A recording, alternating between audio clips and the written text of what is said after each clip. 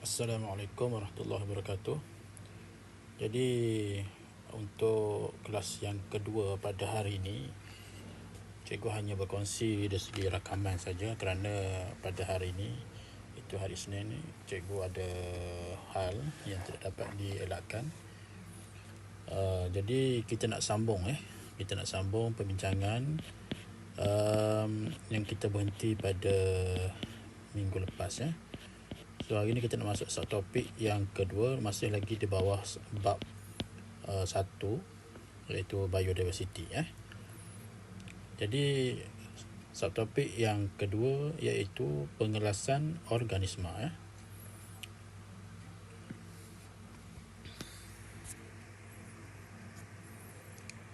Apakah yang kita akan lihat dalam subtopik pengelasan organisma ni? Jadi kita akan lihat kepada haiwan dan tumbuhan. Kita akan lihat pada haiwan dan tumbuhan yang sebenarnya boleh dikelaskan kepada beberapa kumpulan kecil, dan kita kelaskan mereka adalah berdasarkan ciri sepunya. Sepunya bermaksud ciri yang sama, dan ciri yang berbeza. Jadi kita akan kelaskan mereka berdasarkan ciri yang sepunya dan ciri yang berbeza. Jadi pengelasan haiwan ni dapatlah dikelaskan kepada dua haiwan dulu. Kita akan lihat dulu haiwan, iaitu invertebrata, iaitu haiwan invertebrata, dan juga haiwan vertebrata. Apakah yang dimaksudkan dengan haiwan invertebrata dan vertebrata? Baik, kalau kita lihat kepada peta iting ni, peta alih ni, peta pokok sebenarnya, invertebrata merujuk kepada haiwan yang tidak mempunyai tulang belakang. Tiada tulang belakang, yang dibahagikan kepada dua, berdasarkan pada ciri tiada kaki atau tanpa kaki dan yang berkaki. Daripada yang tiada kaki tadi ataupun tanpa kaki, ada juga yang badan dia tanpa segmen. Apa itu segmen? Nanti kita akan lihat contohnya. Dan yang kedua, haiwan invertebrata yang tanpa kaki tapi badan dia bersegmen. Okey. Manakala haiwan invertebrata yang berkaki, yang mempunyai 3 pasang kaki ataupun yang mempunyai lebih daripada 3 pasang kaki. Jadi ini kita panggil semua ni sebagai pengelasan. Kita kelaskan, classifykan dia. Jadi ada perkataan in di situ. In di situ ialah tanpa ataupun tiada. Tanpa. In. Vertebrata maksudnya tulang belakang. Tulang belakang. Ataupun kita panggil bahasa Inggeris kita panggil backbone. Backbone. Jika manusia, kita mempunyai tulang belakang. Okey, tapi bagi haiwan ni tidak mempunyai tulang belakang. Daripada dia tidak mempunyai tulang belakang, kita kategorikan pula kepada beberapa bahagian. Tanpa kaki, ada kaki, kemudian yang ada kaki, yang tanpa kaki itu dari segi segmen dia. Segmen ni ialah dia punya bahagian-bahagian pada badan dia.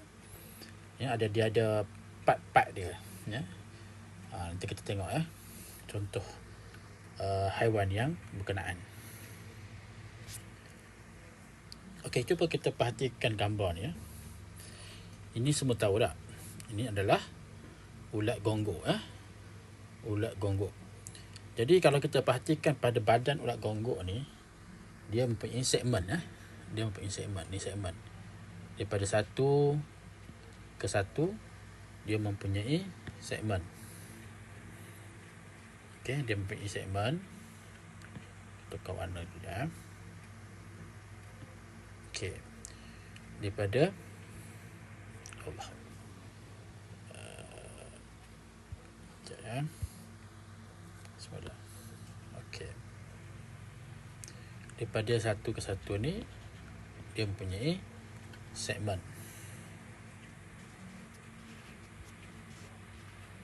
Jadi ni segmen dia daripada sini ke sini, ni segmen. Ni kaki dia lah. Kaki dia maknanya berkaki ya. Tapi badan dia bersegmen. Jadi badan bersegmen merujuk kepada pembahagian badan haiwan kepada beberapa segmen. Itu yang dimaksudkan dengan apa tadi? Pengelasan tadi ya. Dia berkaki tapi dia badan bersegmen. Kita boleh beri contoh lah tadi. Contoh sini ulat gonggok. Gonggok. Ulat gonggok. Okey.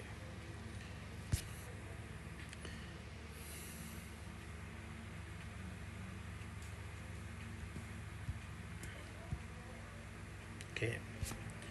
Itu tadi. Dah. Kemudian kita lihat seterusnya organisma ni ya. Ini apa?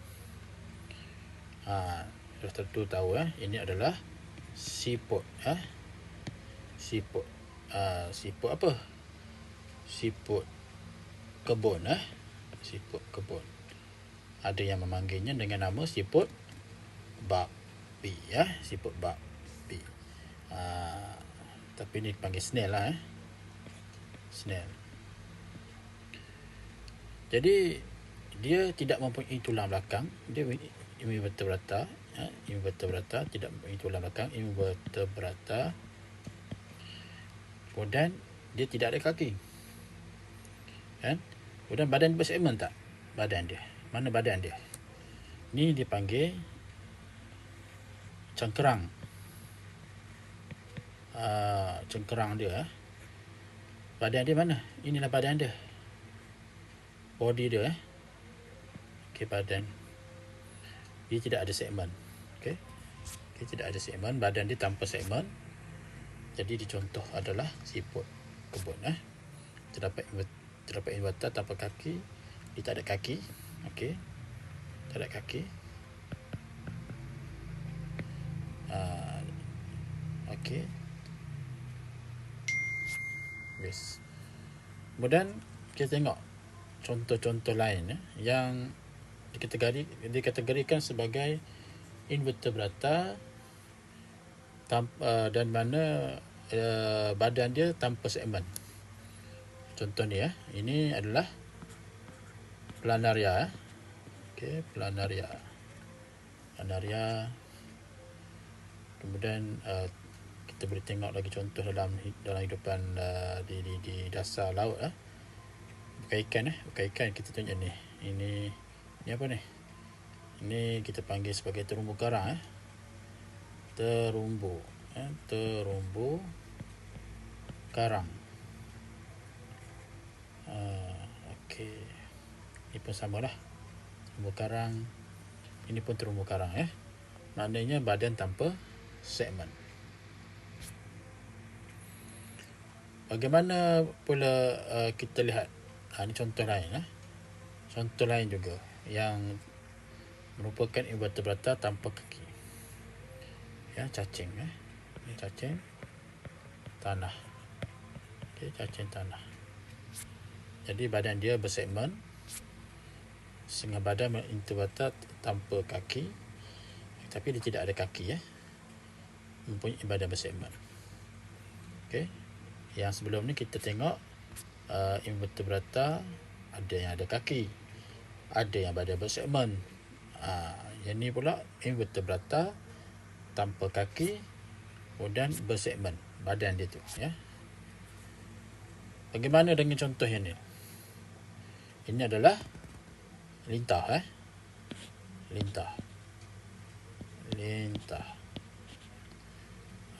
apa? Banyaklah jenis-jenis lintah.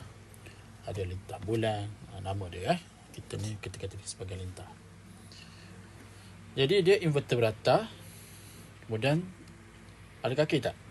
Tak ada kaki Tanpa kaki. Badan dia bersegmen tak? Bersegmen Kalau kita perhatikan badan dia bersegmen.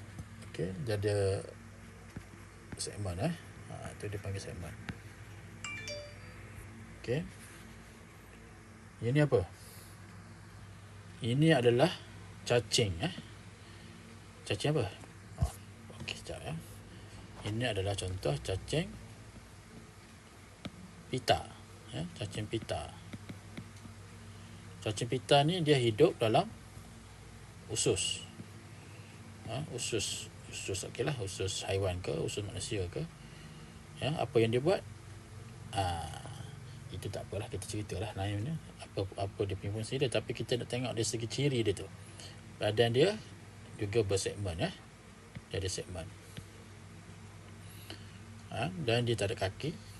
Dan dia invertebrata Jadi kita nak jawab ni 3 perkara. Sama ada invertebrata, okey, iaitu tidak bertulang belakang. Kemudian ada kaki tak? Tanpa kaki.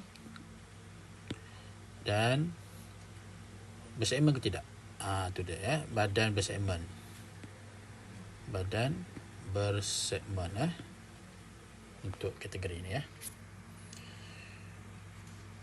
Kita tengok invertebrata yang berkaki.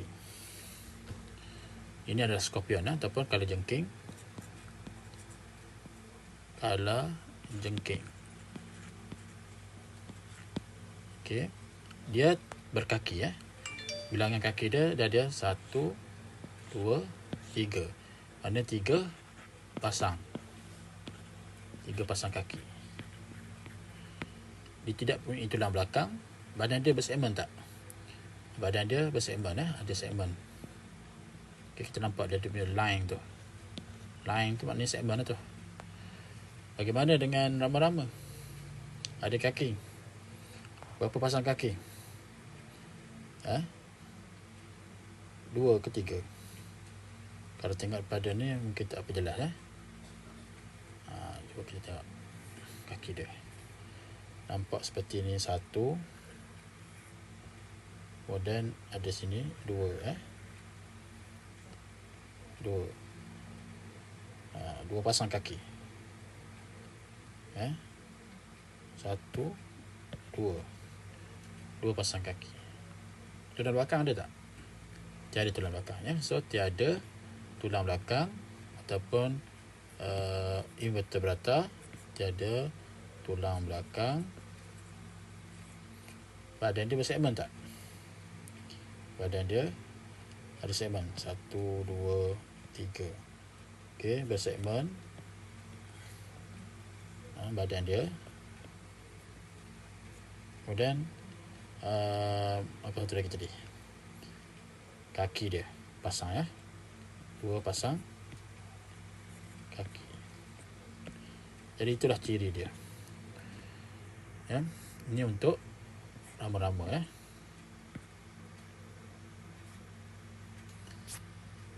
Okey. Tapi kalau kita tanya kaki ada tak ada, dia adalah kaki. Antara skorpion ataupun kalajengking ni dengan rama-rama, dia dua ada kaki, tapi dari segi bilangan dia tu ataupun pasangan dia tu Jadi di sini dinyatakan ciri-ciri invertebrata berkaki adalah mempunyai badan bersegmen, mempunyai kulit keras. Okey, jadi tambahan lagi. Dia rangka luar mempunyai kulit keras. Okey, itu tambahan. Ini haiwan yang 3 pasang kaki. Okey, jadi di sini nyatakan bahawa rama-rama ni mempunyai 3 pasang kaki So kita buat correction sikit di situ. So sini 3 pasang kaki. Baik. Jadi kalau kita lihat semuanya mempunyai 3 pasang kaki Semut, rama-rama dan juga lipas, cockroach. Okey, 3 pasang kaki. Dan dia haiwan invertebrata, tidak mempunyai tulang belakang. Badan dia bersegmen. Okey, badan segmen ni lipas ni kita kena tengok bahagian bawah dia. Kita tak nampak ni. Kita nampak pada gambar ni tak nampak, tapi sebenarnya badan dia bersegmen Segmen ni maknanya dia ada line lah. Biasanya lipas ni kalau kita terbalikkan dia, kalau kita terbalik, biasanya kalau lipas tu dia berada secara terlentang jadi badan dia tu ada bahagian berjalur ataupun kita kata garis. Katakan ini contoh lah kita balik. Terbalik. Jadi ada segmen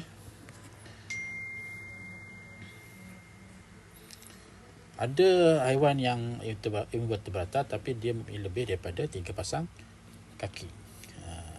Kalau kita tengok gambar yang ni berlangkah ini kita panggil berlangkas. Gambar yang ni lah, latar belakang ni kita panggil berlangkas. Tengok bilangan kaki dia 1, 2, 3, 4, 5 lebih dari 3 lah. Kemudian ni apa ni, labah-labah labah-labah ada lebih daripada 3 pasang kaki. Kemudian yang ni udang lebih daripada 3 pasang kaki. Dia invertebrata juga Habis invertebrata. Sekarang ni kita lihat pula vertebrata. Jadi kalau in tiada, kalau vertebrata maknanya ada tulang belakang. Jadi vertebrata ialah haiwan yang mempunyai tulang belakang backbone, dia ada tulang belakang. Jadi cara nak ingat in tiada, vertebrata tu maknanya ada Okey. Jadi kita kategorikan kepada 5 vertebrata. 1 ikan, 2 amfibia, 3 reptilia, 4 burung, yang kelima mamalia. So cara nak ingat dia, ingat walaupun tak ikut turutan, ingat BIRAM. Biram. B untuk burung, I untuk ikan, R untuk reptilia, A untuk amfibia, dan M untuk mamalia. Okey. Kemudian kita akan jumpa istilah ni sebelum kita cerita detail kenaan dengan satu-satu. Satu istilah yang perlu kita, bukan satu lah, lebih daripada satu istilah. Kita akan jumpa istilah poikiloterma. Poikilo daripada 2 perkataan, iaitu poikilo itu terma tu lagi. Bila sebut terma ni, terma ni dia maksudnya suhu. Suhu iaitu organisma yang mempunyai suhu badan berubah-ubah. Dia berubah-ubah, dia mengikut suhu persekitaran. Jadi maknanya poikilo ni maknanya melibat kepada perubahan mengikut persekitaran. Jadi kalau suhu di luar badan suatu organisma tu meningkat, jadi suhu badan dia pun akan meningkat. Kalau suhu di persekitaran tu berkurang ataupun rendah, suhu badan organisma tersebut pun akan menurun, akan rendah. Itu yang dimaksudkan dengan poikiloterma. Jadi kita akan tengok contoh antara yang biram tu, yang BIRAM tu, manakah haiwan vertebrata yang poikiloterma. Istilah yang kedua ialah kita panggil homoiterma. Terma tadi suhu. Homo itu ialah haiwan yang suhu badannya malar. Malar. Suhunya malar. Malar ni maksudnya tetap. Tetap maknanya dia tak berubah lah. Dan bebas daripada pengaruh suhu. Macam mana keadaan sekalipun di luar, persekitaran meningkat ke menurun ke, suhu di luar tu tinggi ke ataupun rendah, suhu badan dia tetap sama. Jadi kita panggil homoiterma. Homoiterma. Okey.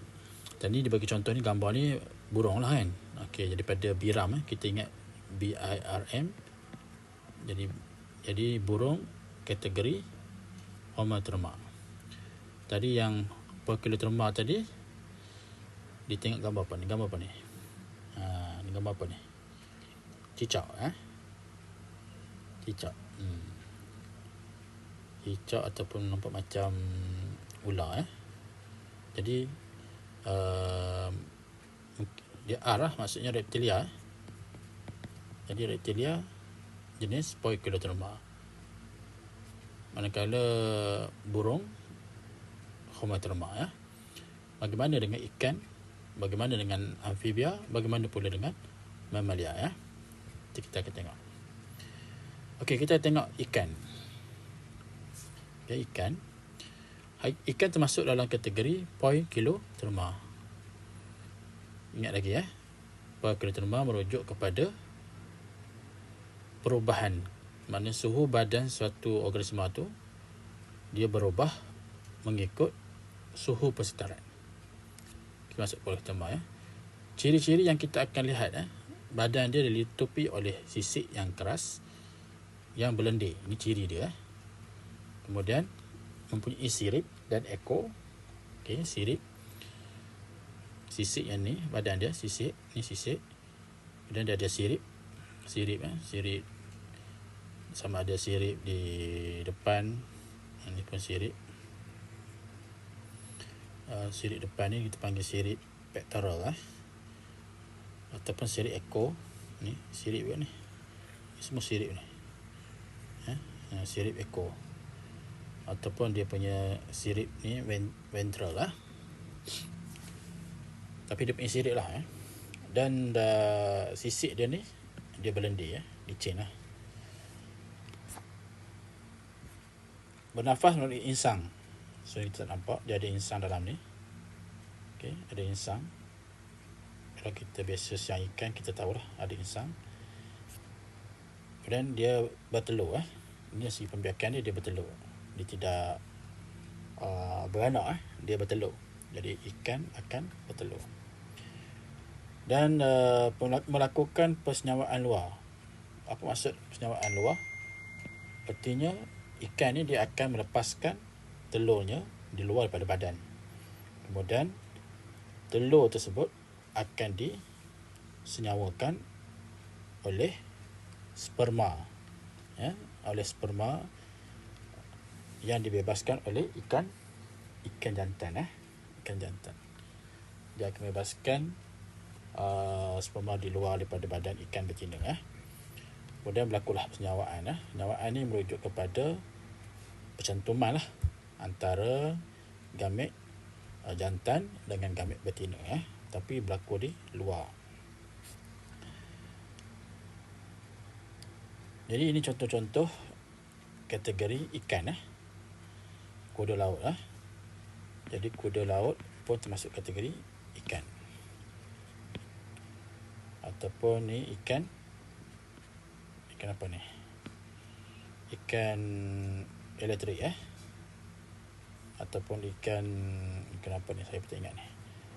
Ikan buntal. Ikan buntal. Ini ikan mas. Kalau nama ikan depan tu mudah lah. Tapi kalau misalnya yang nama dia seperti kuda laut ni, dia bukan ikan tapi dia kategori ikan.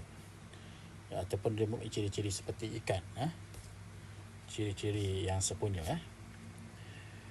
Kemudian kita lihat amfibia. Amfibia ni juga kategori Poikilotroma. Kemudian boleh hidup di darat dan di air. Dua alam lah. Kategori haiwan dua alam. Badan dia dilitupi kulit yang lembap. Okey, kulit dia bukan sisik dia pakai kulit. Anak amfibia bernafas melalui insang. Okey, kalau anak dia. Tapi kalau dia dewasa, dia bernafas menggunakan peparu dan kulit yang lembap. So maknanya amfibia yang dewasa ni dia ada dua cara. Satu, dia menggunakan peparu, terutamanya apabila ia berada di darat. Dan apabila ia berada di air, dia akan menggunakan kulit yang lembap. Sebab itu dia dua alam. Kemudian dia seterusnya menghasilkan telur yang berlendir dan tidak bercengkerang. Bila dia menghasilkan telur, maka dia melakukan persenyawaan luar. Itu amfibia. Ini contoh-contoh amfibia. Ini kodok. Ini contoh kodok. Ini berudu. Okey. Sebelum jadi katak. Ini katak lah ya. Ini katak. Kemudian ini adalah termasuk dalam kategori dua alam juga. Ini apa haiwan nama dia ni? Apa dia ni? Nak kata cicak. Bukan cicak. Dia bukan cicak ni. Dia ada ni nama dia ni. Saya pun tak ingat nama dia ni. Okey, reptilia. Reptilia ni Poikilotrema, menghasilkan telur yang bercangkerang, bernafas melalui paru-paru, bersisik dan berkulit keras, melakukan persenyawaan dalam. Jadi persenyawaan dalam ya. Contoh ular. Ular. Tak kira ular apa. Ini apa ni? Penyu Okey, penyu, reptilia. Ini apa? Buaya Buaya. Okey. Kemudian ni susumpah. Bukan apa nama ni? Sumpah-sumpah. Adalah kategori reptilia. Kemudian burung. Kita tengok burung pula ya. Jadi dia Homoterma. Kemudian badan dia ditutupi bulu pelepah untuk mengekalkan suhu badan, bernafas melalui paru-paru, mempunyai sayap atau kepak yang membantu setengah burung untuk terbang,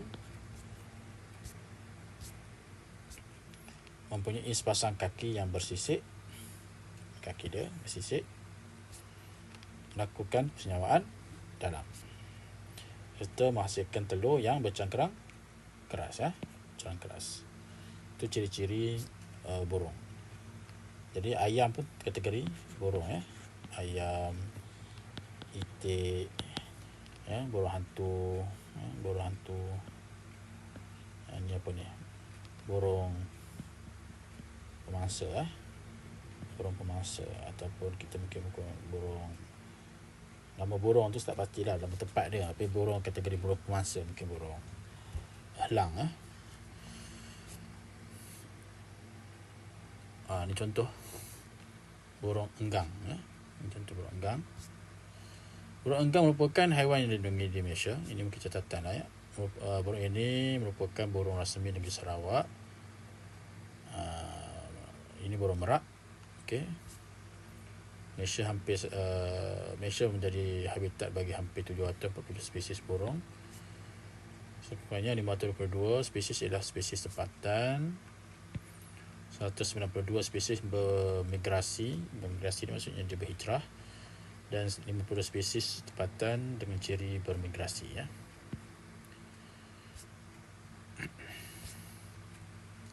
Kemudian kita tengok yang terakhir bagi kategori vertebrata itu mamalia. Mamalia ciri dia ialah Homoterma, mana suhu badan dia tetap tidak berubah mengikut suhu sekitaran. Badan dia ditutupi oleh bulu dan rambut, bernafas melalui paru-paru, melakukan persenyawaan dalam, melahirkan dan menyusukan anak. Dia tak bertelur. Dia melahirkan dan menyusukan anak. Kalau ingat contoh di sini, ini singa lah. Gambar rajah ni jelas singa. Yang lain-lain ikan paus. Walaupun nama dia ikan, tapi special Ikan paus dia kategori ikan yang mamalia. Walaupun dia hidup di dalam air, tapi dia mempunyai ciri-ciri yang seperti mamalia. Jadi dia termasuk dalam mamalia. Okey, kemudian kelawar, gajah, zirafah dan lain-lain lagi Habis. Jadi untuk pengelasan haiwan sebagai rumusannya dibahagikan kepada dua iaitu invertebrata dan juga haiwan vertebrata. Manakala invertebrata dibahagikan kepada sama ada dia berkaki ataupun tidak berkaki, bersegmen, badan dia bersegmen atau tidak bersegmen, ya. Macam itulah. Jadi vertebrata pula dibahagikan kepada 5 kategori, ya, iaitu ingat biram, B untuk burung, I untuk ikan, R untuk reptilia, A untuk amfibia dan M untuk mamalia. Kemudian setiap daripada 5 vertebrata tu kita akan lihat sama ada mereka tu adalah poikilotherma ataupun homoterma. Kemudian kita tengok ciri-ciri lain lah yang ada, sama ada bernafas menggunakan insang, bernafas menggunakan paru-paru, bernafas menggunakan kulit, ataupun pembiakan jenis sama ada penyawaan di luar, penyawaan di dalam, bertelur ke, beranak ke, macam mana ciri-ciri lain yang perlu kita tahu berdasarkan kepada ciri-ciri mereka. Dan sekarang kita lihat kepada pengelasan tumbuhan. Pengelasan tumbuhan, tapi kita akan bincangkan pada video yang seterusnya nanti. Terima kasih.